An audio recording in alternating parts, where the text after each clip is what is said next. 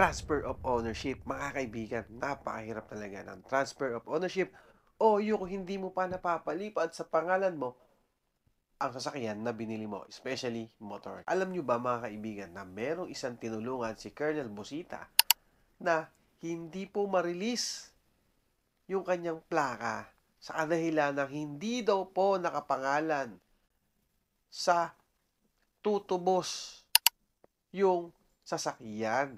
Ganito mga kaibigan. So, meron tayong biniling sasakyan. Second hand, syempre, hindi pa natin napapalipat sa pangalan natin yan. Ngayon, ang nangyari ay nahuli. Okay, so dahil nahuli, at ang mabigat nito, ito po ay expired o paso yung kanyang rehistro. Dahil diyan, kinuha yung lisensya at kinuha yung plaka. Ngayon, ginawa nila ay binayaran yung penalty at pati yung releasing.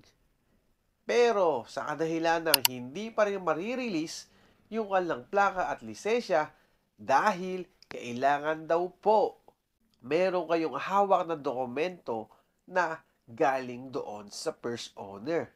Ganun pala ang policy ni LTO ngayon. Kailangan meron kang dokumento na galing sa first owner.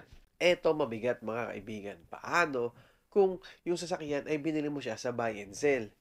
Open deed of sale, tapos wala kang hawak na ID ng first owner. Mga kaibigan, so pinakamahirap pala yan na kung sakasakali na mahuli tayo sa checkpoint na unregistered yung sasakyan na ginagamit natin at tapos wala tayong hawak-hawak na dokumento na galing sa first owner, ay hindi po pala marirelease yung ating sasakyan o yung ating plaka o yung ating lisensya.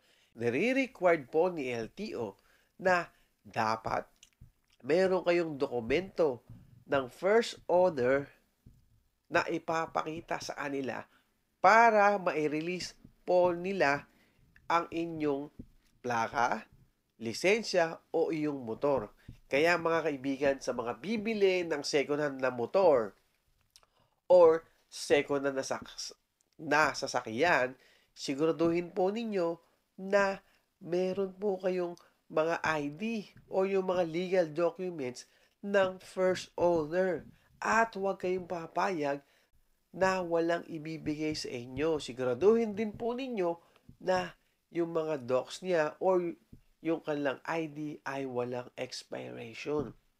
Para po sa bandang huli ay hindi po kayo magkaroon ng problema. Alam niyo ba mga kaibigan, ang iba't ibang klase ng problema sa change of ownership. Una ay expired yung kanyang ID kasi may expiration yan tulad ng ating mga driver's license. And then, wala na yung first owner.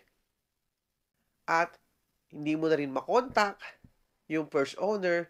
Iyan ang mga ilan sa mga dahilan or sa mga nagiging problema kapag magpapatransfer po tayo ng ownership. Kaya, lagi kong paalala sa inyo, kung bibili po tayo ng second hand na sasakyan, siguraduhin nyo po na mayroong deed of sale, mayroong 2 valid IDs na may pirma ng first owner, at mas maganda po ay wala rin pong expiration yung kanyang ID. Tulad ng SSS at Pag-ibig, yan po ay wala pong expiration.